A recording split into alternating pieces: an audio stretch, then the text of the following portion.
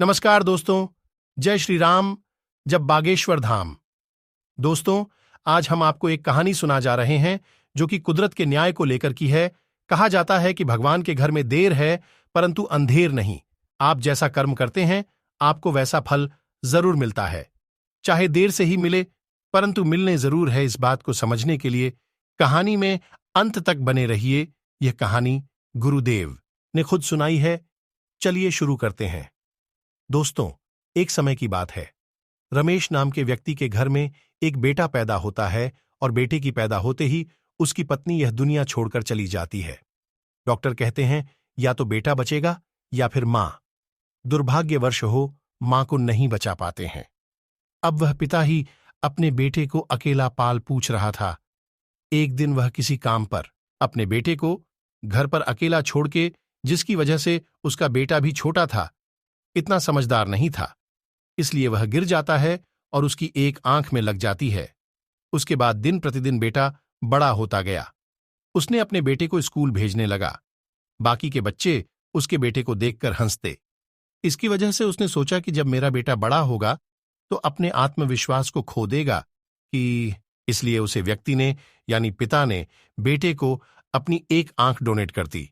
अब उसका पिता ऐसा हो चुका था जिसके पास सिर्फ एक आंख है। उसी के सहारे जिंदगी जी रहा है। समय बीतता।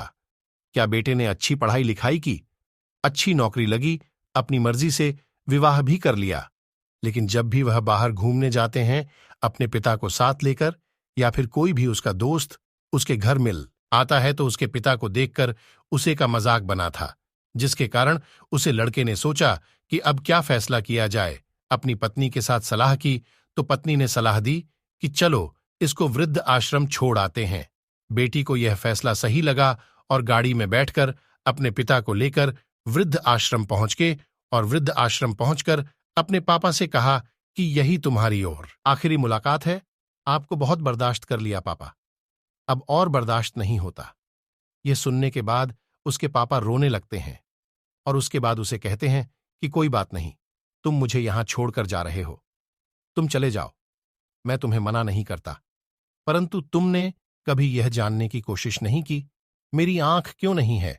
आखिर क्या हुआ था मेरी एक आंख के साथ। यह कहने के बाद वह अपनी पूरी कहानी अपने बेटे को सुनता है। पिता की ऐसी बातें सुनकर बेटा रोने लगा।